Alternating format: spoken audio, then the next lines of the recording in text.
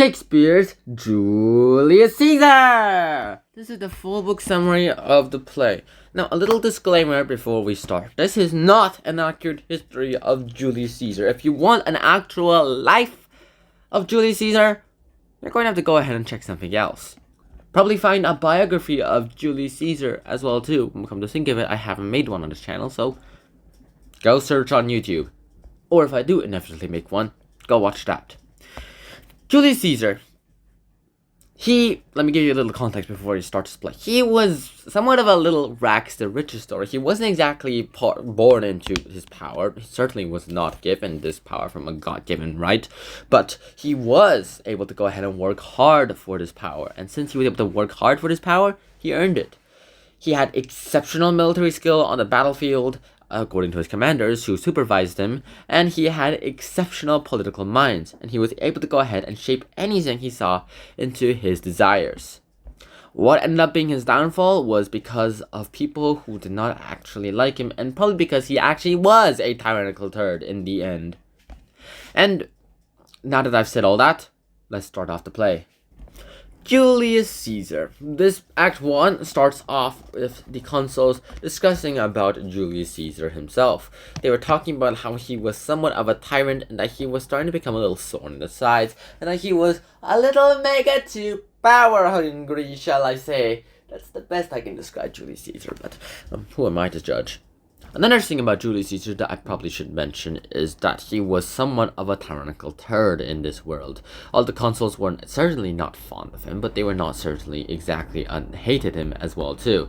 What they do want to talk about though is the fact that Julius Caesar is an incredible person and that he was starting to deteriorate in the sense of like, yeah, I think this is going to work, into like, this is not working. He found that out a little too late. And it ends up, when we finally meet the dude himself, he's talking with a bunch of the commoners. And then he finds this soothsayer. Do not question me why every person here is golden.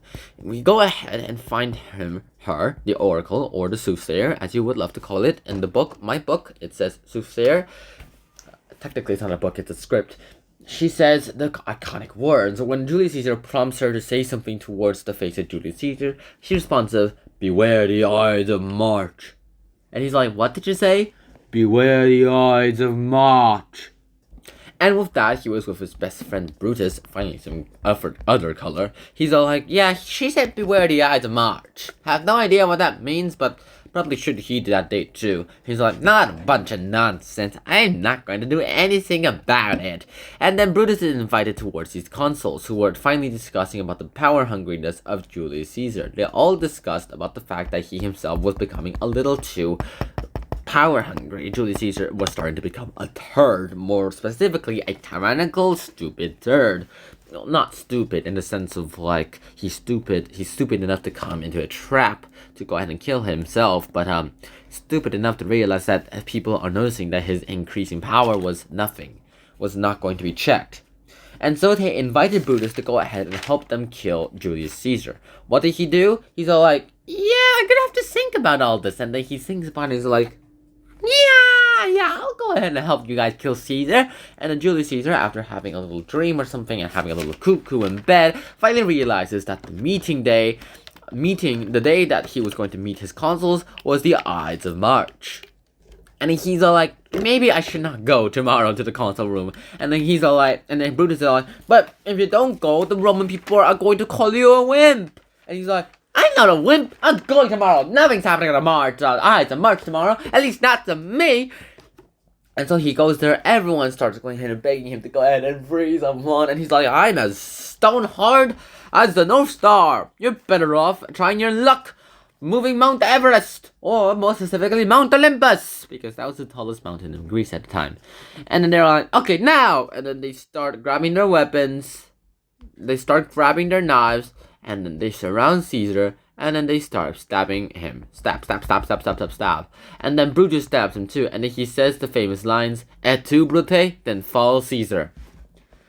You too, Brutus, then fall Caesar. Note that Caesar's best friend is Brutus, and as a result, if you can't even trust your best friend, then that means no one can be trusted at all. No one. I say no one.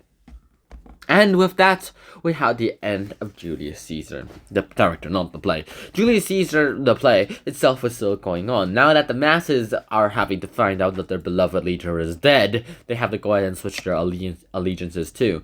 Now, Brutus himself has been over here, and he's overlooking the funeral. And then he was notified by Antony that Antony, wants to talk at the funeral too, and that he grants Antony permission, with the little side note that he has to say lots and lots of good things about the consuls, and that he must not contradict anything that they say. And he's like, yes, Mr. Brutus, I will do my best.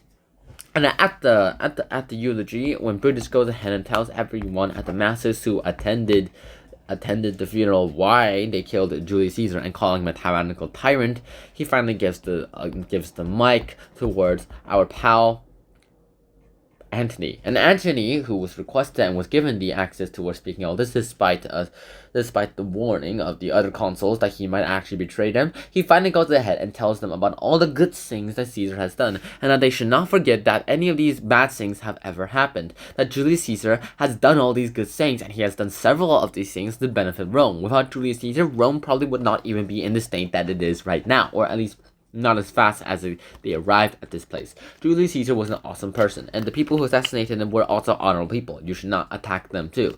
But just please remember that before you switch allegiances, Julius Caesar was a great man, and that he should be toasted, and he should be instigated, and he should be reveled just on par with Alexander the Great, which was his dream.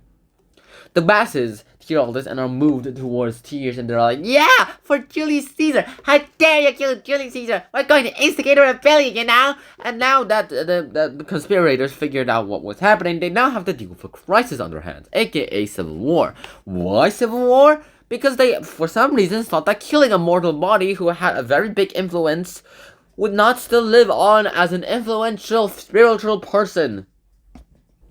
And with that, everyone pretty much was doomed. Rome was starting to fall, and it was starting to go ahead and become destroyed. Nothing was surviving anymore, and Caesar was super pumped to go ahead and die. His mortal body might be dead, but his influence still lived on in the souls and hearts of all the people who were loyal towards Julius Caesar. After several big battles and the suicide of several of the consuls who believed that the war was losing for them and that they could not face the courage to go ahead and live throughout to the end of the war, no one won. Pretty much every Roman who was influential enough to actually take power and justly take power and control back was all dead. No one could do a thing, and no one could even do anything about the fact that Julius Caesar, he was still influential to this day, to the day he died, to the end of the Julius Caesar play. And even in today's world, Julius Caesar might not exactly be the most influential person ever. Some people don't even know who the heck he is. But he was able to go ahead and make an influence onto these people. Just like Trump makes an influence on today, he made a similar influence onto our people, the people of the world, or the people of Rome more specifically. So in the end, what do we learn from all this? That you should never, ever go ahead and betray people. And that if you really, really want to keep your power, then keep your human morals in check. Everything right here is going to end now. So I hope you guys enjoyed this summary of Julius Caesar. Please note that no one won this war and that there are no victors, mainly because no one gained anything. So I hope to see you guys soon. Until next time, Shihana, peace. Bye bye!